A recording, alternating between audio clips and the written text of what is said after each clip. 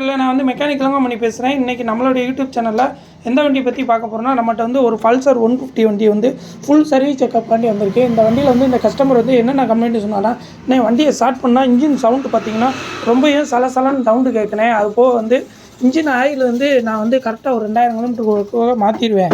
ஆனால் வண்டி கிலோமீட்டர் வந்து ஒரு 80,000க்கு மேலே ஓடிடுச்சு. ஆனால் இன்ஜின் ஆயில் வந்து நான் பிடிங்கி விடும் போது 2000 கிலோமீட்டர் ஓட்டிட்டு இன்ஜின் ஆயில் பிடிங்கி விட்டோன்னா ஒரு 200 ml தான் வருது அப்படிங்கிற மாதிரி சொன்னார். அதுக்கு இந்த வண்டியில் என்ன கம்ப்ளைண்ட்னா, இந்த பிஸ்டன் வந்து ரொம்ப தெரிஞ்சிருக்கு. கிலோமீட்டர் அதிகமாக ஓடுனனால நமக்கு இந்த ஆயில் இருந்துச்சுன்னா ஜாம் ஆகி பிஸ்டன் வந்து ஆயில் சரியாக சர்க்குலேஷன் ஆகாமல் பிஸ்டன்னா வந்து நமக்கு வந்து சீஸ் ஆகி தான் புகையாக தள்ளி இருக்குது. நம்ம வந்து பேரில் கிட்டு வந்து நம்ம வந்து ஓனிங் பண்ணி போகிறல இந்த மாதிரி வந்து புதுசு வாங்கிட்டோம். புதுசு வந்து ஒரிஜினல் வாங்கியிருக்கோம். எப்போயுமே வந்து நம்ம எந்த வண்டி வேலை பார்த்தாலும் நம்ம பேரில் பிஸ்டன் வந்து ஓனிங் பண்ணுறதில்ல, பேரில் கிட்டாவே வந்து புதுசு போட்டுறது. இந்த வால்வு மட்டும் நம்ம ஒரிஜினல் வால்வு வாங்கியிருக்கோம். இந்த ஒரிஜினல் வால்வு வந்து பல்சருக்கு என்ன ரேட்டு வருதுன்னா 356 ரூபா கிட்ட வருது. ஒரிஜினல் வால்வு எப்போயுமே வந்து இன்ஜினுக்குள்ளே போகிற பொருள் எந்த பொருளாக இருந்தாலும் நம்ம ஒரிஜினல் தான் போடணும். லோக்கல் பொருள் எதுவும் போட்டோன்னா நமக்கு இன்ஜின் ஹீட்டுக்கு வந்து இந்த வால்வுனா பெண்டாகி வண்டி ஆஃப் ஆகிற கம்ப்ளைண்ட் இந்த மாதிரி பிரச்சனை வரும். அதனால் நம்ம ஒரிஜினல் வால்வு வந்து லேத்தில் கொடுத்து இந்த வால்வு கைடு எல்லாமே வந்து நம்ம மாற்றிருக்கோம். லேத்தில் கொடுத்தோன்னா ஒன்று போல் இந்த சைனஸர் பக்கம் உள்ள ஹோல்ஸ் பார்த்திங்கன்னா நல்லா நீட்டாக க்ளீன் பண்ணியிருப்பாங்க. அதுபோக இந்த சைடு உள்ள ஹோல்ஸ் அதையும் வந்து நல்லா நீட்டாக நம்ம க்ளீன் பண்ணியிருப்பாங்க. அதுக்கப்புறம் இந்த வண்டிக்கு வந்து நம்ம இந்த கேம் சாப்பிட்டு இந்த ரேக்ராமை செக் பண்ணால் இந்த ரேக்ராம் வந்து ஒரு பேரிங் வந்து போயிருக்கு. நம்ம இந்த ரேக்ராம் வந்து இப்படி இந்த மாதிரி வந்து சுற்றி பார்த்தோம்னா நெருன்னு அரைச்சி இருக்குது. பார்க்கும்போது சவுண்டு லைட்டாக கேட்கும். இந்த மாதிரி நெருன்னு சவுண்டு கேட்டாலே வந்து நமக்கு இந்த பேரிங் போயிருக்கு. நம்ம வந்து பிஸ்டன் பேரில் எல்லாமே மாற்றிட்டு இதை செக் பண்ணாமல் மாட்டிட்டோம்னா என்ன ஆகுனா, வண்டியை ஸ்டார்ட் பண்ணாலும் இன்ஜின் சவுண்டு வந்து ஒரு மாதிரியாக சலசலங்கிற ஒரு சவுண்டு இருக்கும். அதனால் வந்து எந்த வண்டி இன்ஜின் வேலை பார்த்தாலும் நம்ம இந்த கேம் சாப்பிட்டு இந்த ரேக்ராம்னால் வந்து கண்டிப்பாக செக் பண்ணிக்கணும். இந்த ரேக்ராம் வந்து 2 அதையும் வந்து நம்ம ஒரிஜினல் வாங்கியாச்சு. ஏன்னா இன்ஜின்குள்ளே போகிற பொருள் எதுவுமே லோக்கல் போடக்கூடாது. இந்த ரேக்ராம் 2 இந்த கேம் சாப்பிட்டு என்ன ரேட்டு வருதுன்னு பார்க்கும்போது கேம் சாப்பிட்டு வந்து 660 ரூபா கிட்ட வருது. இந்த கேம் சாப்பிட்டும் நம்ம வந்து இந்த வண்டியில் வந்து நம்ம புதுசு போட போகிறோம். அப்போது வந்து இந்த வண்டியில் வந்து டைமிங் செயினும் ஒரிஜினல் வாங்கியிருப்போம். டைமிங் செயினும் ஒரிஜினல் வாங்கியாச்சு.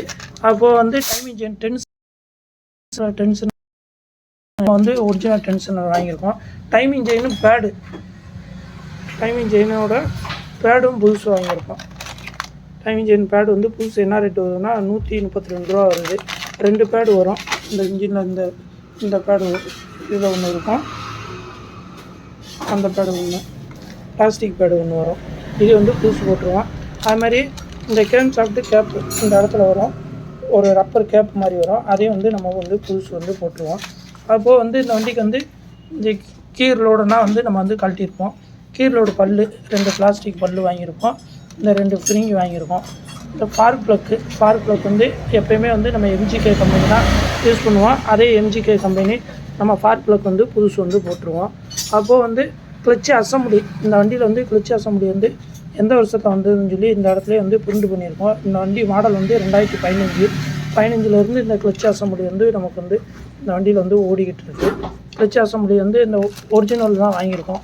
இதுனால் லோக்கல் எப்போயுமே போடக்கூடாது. ஒரிஜினலில் பார்த்தீங்கன்னா 2025 வந்திருக்கும். இந்த மாதிரி வந்து வருஷம் வந்து பல்சரில் மட்டும் இந்த கிளச்சு அசம்பிளியில் நம்ம புதுசு வாங்கி போட்டால் அந்த வருஷம் மட்டும் போட்டிருப்பாங்க. இதே வந்து நம்ம வந்து புதுசு போட்டுருவோம். அப்போ தான் வண்டி வந்து பிக்கப் வந்து நல்லாயிருக்கும். இந்த கஸ்டமர் வந்து பிக்கப் ரொம்ப கம்மியாக இருக்குன்னாரு. அப்போது வந்து ஃப்ரெண்டு டிஸ்க்கு இந்த மவுண்டு வந்து டிஸ்க்கு பிடிச்சாலே வந்து பிடிக்க முடிக்கணும், ரொம்ப ஸ்டக் ஆகுது அப்படிங்கிற மாதிரி சொன்னார். அதுக்கு டிஸ்க்கு மவுண்டு வாங்கியிருக்கோம். டிஸ்க்கு மவுண்டு வந்து இந்த பிராண்டு வாங்கியிருக்கோம். ஏன்னா ஒரிஜினல் வந்து இந்த கம்பெனி தான் வரும். அதனால் இதே பிராண்டே வாங்கியாச்சு. அப்போது வந்து பேக் பிரேக் ஷூ அது வந்து நம்ம ஒரிஜினல் வாங்கியிருக்கோம். அப்போது இந்த கேஸ்கெட் கிட்டாவே வாங்கியாச்சு. எப்போயுமே வந்து இந்த வண்டிக்கு வந்து இந்த பேரல் கேஸ்கெட்டு, இந்த கிளச்சி கவர் கேஸ்கெட்டு எல்லாமே வந்து நம்ம ஒரிஜினல் போட்டால் தான் ஆயில் லீக் எதுவும் இருக்காது. வேறு எது பிராண்டு போட்டோம்னா நமக்கு ஆயில் லீக் ஆகிரும். அப்போது ஏர் ஃபில்ட்ரு வந்து நம்ம வந்து ஒரிஜினல் வாங்கியாச்சு. ஏர் ஃபில்ட்ரு வந்து இந்த வண்டியில் உள்ள ஏர் ஃபில்டரை பார்க்கும்போது ரொம்பவும் டஸ்ட்டாக இருக்குது. இந்த ஏர் ஃபில்ட்ருனால் வந்து நம்ம கம்பல்சரி வந்து ஒரு 2500 கிலோமீட்டருக்கு ஒருக்கா க்ளீன் பண்ணோம். இந்த வண்டியில் க்ளீன் பண்ணிக்கவே மாட்டாங்க போல், ரொம்ப டஸ்ட்டாக இருக்குது. ஏர் ஃபில்ட்ரு வந்து நம்ம வந்து புதுசு போட்டுருவோம். அப்போது இந்த ஆயில் பம்புனா நம்மகிட்ட ரெகுலராக சர்வீஸ் வர வண்டிக்குனா வந்து ஒரு 10,000 கிலோமீட்டருக்கு ஒருக்கா இந்த ஆயில் பம்பை மட்டும் கழட்டி க்ளீன் பண்ணி போட்டோம்னா இன்ஜினுக்கு வந்து ஆயில் சர்க்குலேஷன் வந்து இன்னும் கொஞ்சம் நல்லா ஃப்ரீயாக இருக்கும். அப்படிங்கிறப்ப இன்ஜினோட லைஃப் இருக்கும். இந்த கிராங்கில் உட்காந்துருக்க இடத்துலனா வந்து ஃபுல்லாக தேய்மானம் ஏறி நிற்கும். இந்த இடத்துல இந்த இது வந்து வரும். நம்ம ஆயில் பம்பு வந்து இந்த இப்படி கீழே இருக்கும். கிளட்ச் கவர் வழியாக கிராங்க் வந்து இந்த இடத்துல ப்ரெஷர் அடிக்கும் போது இந்த இடத்துல இன்ஜினோட தேய்மானம் ஃபுல்லாமே நம்ம பார்க்கும்போது தெரியும். தேய்மானம் ஃபுல்லாமே அரைச்சி நிற்கும். இதே வந்து நம்ம நல்லா நீட்டாக க்ளீன் பண்ணி நம்ம மாட்டுவோம். இந்த கீழோடு பல் எல்லாமே புதுசு வாங்கியாச்சு. எல்லாத்தையும் இந்த வண்டியில் வந்து மாட்டிட்டு இந்த வண்டியை வந்து நம்ம ஸ்டார்ட் பண்ணி பார்ப்போம். இன்ஜின் சவுண்டு எப்படி இருக்குங்கிற வந்து நண்பர்களே, நான் மெக்கானிக் பண்ணி பேசுகிறேன். இன்றைக்கி நம்மளோட யூடியூப் சேனலில் எந்த வண்டி பற்றி பார்க்க போகிறோம்னா, நம்மளோட ஆக்டிவா ஒரு FS6 வண்டி வந்து ஜென்ரல் சர்வீஸ் செக்கப்பாண்டி வந்திருக்கு. இந்த வண்டி வந்து 39,000 கிலோமீட்டர்கிட்ட ஓடி இருக்குது. இந்த கஸ்டமர் வந்து இந்த வண்டியில் வந்து எனக்கு கம்ப்ளீட்டாக சர்வீஸ் பார்த்துருங்க அப்படிங்கிற மாதிரி சொன்னார். நம்மளும் கிளச்சு எல்லாத்தையும் கழட்டியிருக்கோம். அந்த வண்டியில் வந்து மெயினாக சொன்ன காரணம் என்னன்னு தெரியுமா? வண்டியில் வந்து என்ன வண்டியை ஸ்டார்ட் பண்ணால் இன்ஜினில் முன்னாடி இருந்து கிடிக்கிடின்னு ரொம்ப சவுண்டு கேட்குது. நானும் வந்து ஷோரூமு வெளியே எல்லாம் விட்டு பார்த்துட்டேன். அப்புறம் தான் அப்படி தான் இருக்குது அப்படிங்கிற மாதிரி சொன்னாங்க. அதுக்கு என்ன கம்ப்ளைண்ட்னா, இந்த வண்டியில் வந்து வால்வு தான் கம்ப்ளைண்ட்டு. பார்த்தீங்கன்னா தெரியும், இந்த வால்வு வந்து லூஸாக இருக்கும். இதனால் வந்து நம்ம குறைஞ்சது வந்து இந்த ஸ்கூட்டர் மாடல் வண்டி எல்லா வண்டிக்கும் பார்க்கும்போது ஒரு 5000 கிலோமீட்டருக்கு ஒருக்கனாலும் வால்வு டைட்டு செக் பண்ணணும். கண்டிப்பான முறையில் லூஸ் ஆகும். அப்போது இந்த 4 போல்ட்டு வரும், 12ஆம் நம்பர் போல்ட்டு. அதையும் பார்த்திங்கன்னா டைட்டு செக் பண்ணணும். நீங்கள் பார்த்தீங்கன்னா தெரியும் இது எந்த அளவுக்கு டைட்டு ஏறும். ஃபுல்லாக டைட்டு ஏறும்.